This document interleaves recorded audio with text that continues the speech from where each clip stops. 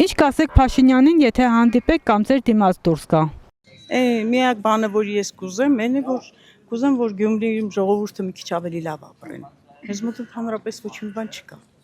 Բոլորը վազում են Երևան, ոչ թե վազում են Երևան, ստիպված գնում են Երևան։ Իսկ եթե այստեղ մի երկու հատ գործարան լինի, մի երկու հատ աշխատանքի տեղ լինի, մարդիկ կարողանան աշխատել, իրանց յոլա տանել։ Գիտեք ինչ, իրան իչքան հայ, իրական դուրը կուկա։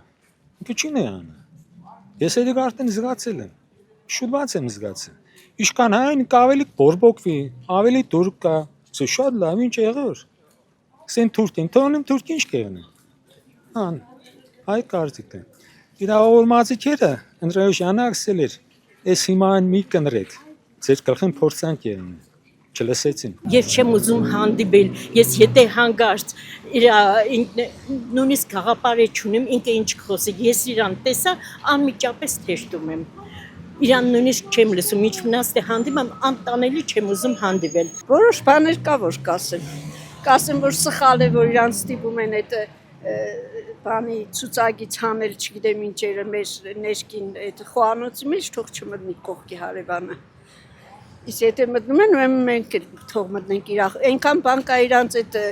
ինչ է օրենսդրության մեջ, որ մեզ էլ դուրս չի գալիս, բայց կարող ենք ստիպել, որ հանի։ Ուրեմն ինքն է չպետք է ենթարկվի հանելու։ Դրա անունը մի տպեք։ Նիկոլ Փաշինյանի։ Ես չգիտեմ, ես Նիկոլ Փաշինյանին դարաբես չեմ ճանաչում։ Ես չեմ ճանաչում։ Անունը մեկ տվեք, աղբոր պես։ Խելաճ մարդ անուն տվեք։ 85 տարեկան եմ։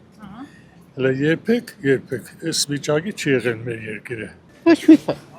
Չես կարողանում։